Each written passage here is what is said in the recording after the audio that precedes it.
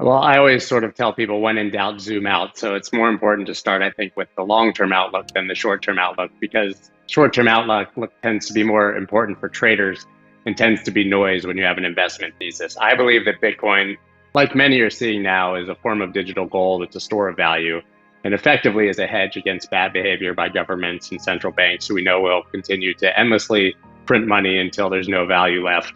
It's a deflationary asset, mathematically proven. It's basically superior to gold in every way, shape, and form. And just with the very basic demand and supply dynamics, with the halving every 4 years, the supply of Bitcoin is cut in half.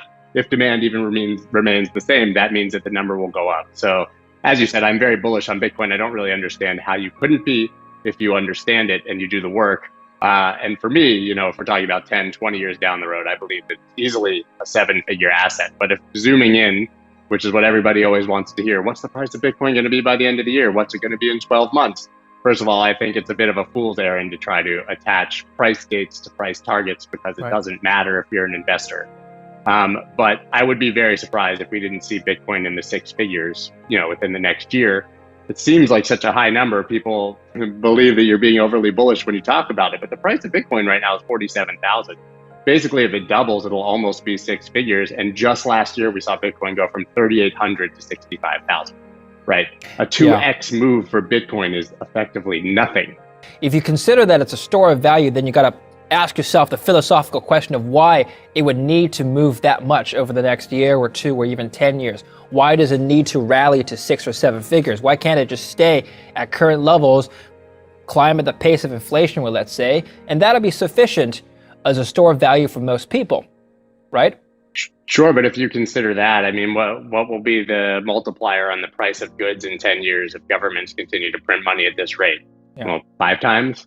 10 times, if you're talking about a decade down the road. So even that puts the price of Bitcoin at $470,000 if the price of goods rises that amount, right? Maybe it won't rise that dramatically, but that, like you said, that's even just adjusting for inflation if the price of Bitcoin never goes up. And knowing that Bitcoin is actually deflationary and that supply is being cut in half and that demand is increasing, but even if demand remained the same or only slightly went down, the price should go up. But as for being a store of value, the price cannot stay stable because it has to beat inflation. Okay, so let's talk about short-term price movements, and then we'll talk about utility and some other topics. Short-term, what do you think is the primary driver of price movements? Well, Bitcoin maximalists will probably think I'm a heretic, but it's traders. A heretic, I guess, would be the term, but it's traders, right? And we saw that the evidence is as clear as it gets. From 60,000 to 50,000, when the price dropped at the beginning of this correction, we saw $10 billion of leverage liquidated. And that was almost 1 million individual traders had their accounts liquidated. So, you have this small move and then you have this cascade of liquidations because people are over leveraged and it rinses the leverage out of the system. And we saw almost the same thing on the drop from 40 to 30,000. So I think that the amount of leverage being used by retail traders on this asset right now means that there can be very, very dramatic price moves triggered by what would have otherwise perhaps been a smaller price move. I think that Bitcoin is the only free market on the planet, and that if you want to talk about manipulation, take a quick look at the stock market or any other legacy market. We have governments literally printing money to buy the assets to artificially inflate the price of those stocks and assets. It's absolutely absurd. That is the definition of manipulation. It's so funny when I hear about people talking about the Bitcoin market being manipulated. If your definition of manipulation is someone with more money can move the market more than someone with less money, then yes, it's manipulated. And also, by definition, a free market. People get very upset when price goes against them, but they could have very easily been on the other side of that trade. And if one person with a ton of money moves the market, there's a bid on the other side of the order book for every single sale that person put through. It's absolutely a free market. People have the right to put their orders wherever they want. And yes, like any free market, people with more money can move that market. Before we move back to Bitcoin, I want to ask you, do you believe in the Ethereum flippening? Do you think one day Ethereum will overtake Bitcoin as the largest coin? I had an interesting guest on my show recently, Rand Nooner, and he made the argument that it already has. That in every metric except for market cap, effectively, Ethereum has already flipped Bitcoin. It's interesting, even if you look at Coinbase's Q2 earnings report, you'll see that Ethereum had higher trading volumes than Bitcoin in the second quarter. It's really interesting. So listen, I don't really care if it flips it or not. I'm bullish on both assets and heavily invested in both. And I think that that's just a narrative that makes for an interesting conversation. Hmm. I do not think that Ethereum will flip Bitcoin anytime soon in market cap, but in institutional interest, I think is growing tremendously in Ethereum. Like I said, trading volumes, the actual usage of the network is huge. So I think that there's good reason to be very, very bullish on both of those assets. Okay, so then let's go back to Bitcoin. Now, you had asked a rhetorical question earlier in the interview. You said, why wouldn't Bitcoin go up any higher? Well, let me give you a fictitious scenario. Suppose most of the developments in cryptocurrencies in terms of technologies and use cases are in the altcoin space, and Bitcoin has pretty much already maxed out in terms of its development. I know that's not true, but suppose going forward that were the case. Well, most of the money, institutional or otherwise, would flow into the altcoin market, wouldn't it? It wouldn't flow necessarily into Bitcoin, which would then be seen as a legacy technology. I don't necessarily agree with that because I think that the argument for Bitcoin is that digital gold store of value. And so they're Okay. completely different investments with different thesis. You ask Michael Saylor that question and he'll tell you that Bitcoin is digital real estate, that it's effectively gold, and it's the only hedge you have against inflation. So if you're going to have an asset in your cash reserve to hedge Mhm. against the value loss of your dollars, that's Bitcoin, right? What you're talking about is more akin to investing in the Amazons, Googles, and Facebooks early, getting in on the internet in the early 90s. And I think that that's what you're looking at with Ethereum and altcoins. I think it's a completely different investment thesis, and I think both will get their allocations. But I think Mhm. still at the very core, the asset that institutions are going to be most interested in is Bitcoin because it's a proven hedge and store of value. Okay. Let's talk about your bull case then. You mentioned six-figure Bitcoin and seven-figure. Let's start with six-figure Bitcoin first. What's going to get us there?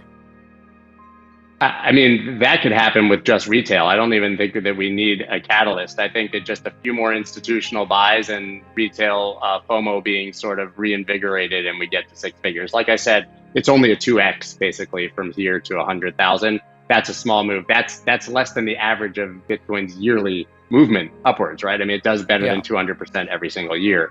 But I'm not, it would be remiss not to admit that if we got another piece of news like an Amazon or a Facebook or a Google putting some Bitcoin into their cash reserve, that would probably reignite the market the same way that the Sure. 1.5 billion Tesla buy seemingly sent the market flying from around 42K and was the catalyst for the run to 65.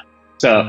I think there's plenty of fundamental news that could happen. Another government, another sovereign government like El Salvador adopting Bitcoin as legal tender, central bank adoption. But at the end of the day, and the real key to me to the next major run is probably the approval of an ETF in the United States.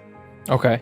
Let's talk about that in just a bit. I want to ask you about well, you mentioned that 2x is really nothing for Bitcoin, and you're right. Historically, Bitcoin has moved a lot more than just 2x. I wonder though, as Bitcoin as an asset class matures as a store of value, that volatility profile will shrink. We're no longer going to see 10x returns in a year, maybe just 8 times, 7 times, 6 times. You know what I mean? Would that I happen down agree. the line?